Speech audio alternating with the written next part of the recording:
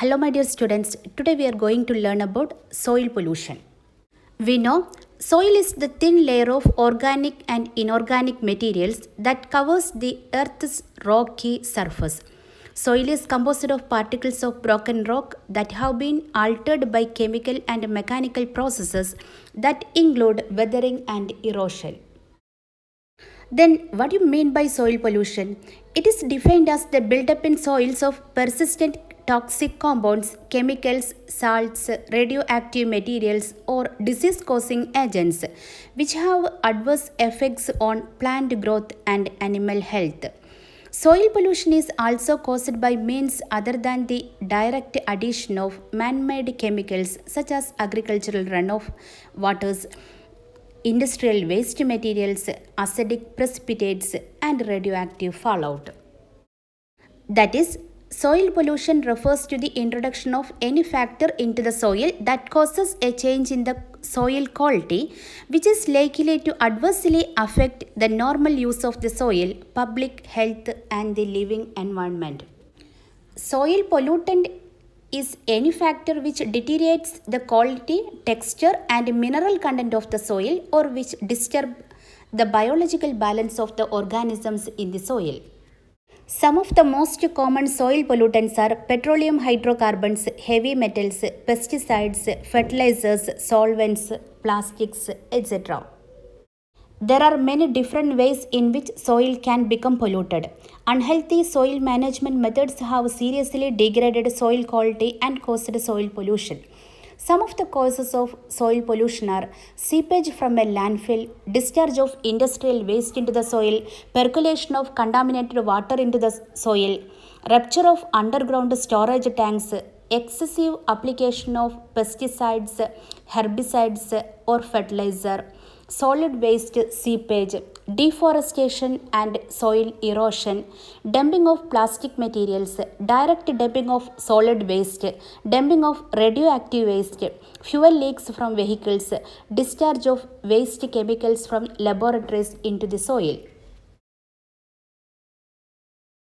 There are different types of soil pollution. These are agricultural soil pollution by industrial effluents and solid waste, and pollution due to urban activities. This is again classified into surface soil pollution and underground soil pollution. Then, what do you mean by agricultural soil pollution? We know plants on which we depend for food are under attack from insects, fungi, bacteria, viruses, rodents, and other animals and must compete with weeds for nutrients.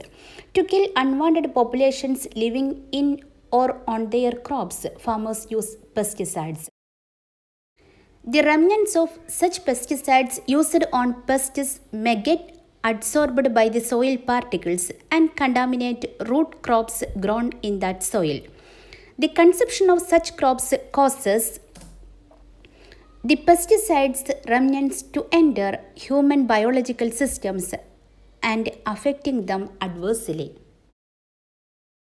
In industrial soil pollution, large quantity of solid waste like unused and rejected chemicals, unwanted industrial waste generated during manufacturing processes are dumped over on the surface of soil by almost all industries with differences in the degree. Larger the production base, larger is the generation of waste.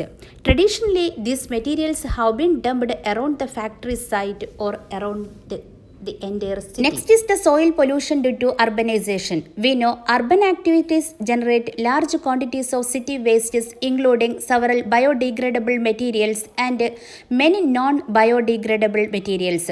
On a rough estimate, Indian cities are producing solid city waste to the tune of 50,000 to 80,000 metric tons every day. If left uncollected and decomposed, they are a cause of several problems. The adverse effects of soil pollution are numerous. Some of them are loss of soil nutrients, reduction in soil fertility, reduction in crop yield, absorption of toxic materials from the polluted soil by the crops grown on it, which would eventually pass on to the consumers. That is, bioaccumulation of toxic substance in crops takes place. Pollution of drinking water sources and other water bodies by toxic materials. Soil pollution also causes increased erodibility of the soil, increased salinity of the soil, damage of soil structure, spread of contagious diseases, pollution of drinking water sources and other water bodies by toxic materials. Soil pollution also causes foul smell to the soil, release of toxic gases, formation of toxic dusts, deposition of silt in tanks and reservoirs, and release of dangerous radioactive rays. When you see these pictures, you can clear that what are the adverse effects of soil pollution. Then what are the methods to control soil pollution? This includes reducing chemical fertilizer and pesticide use. Recycling is another way to reduce and control soil pollution. Recycling paper, plastics and other material reduces the volume of refuse in landfills. Reusing of materials. We know deforestation, that is the cutting down of trees, causes erosion, pollution and the loss of fertility in the topsoil. Planting trees or reforestation helps prevent soil erosion and pollution.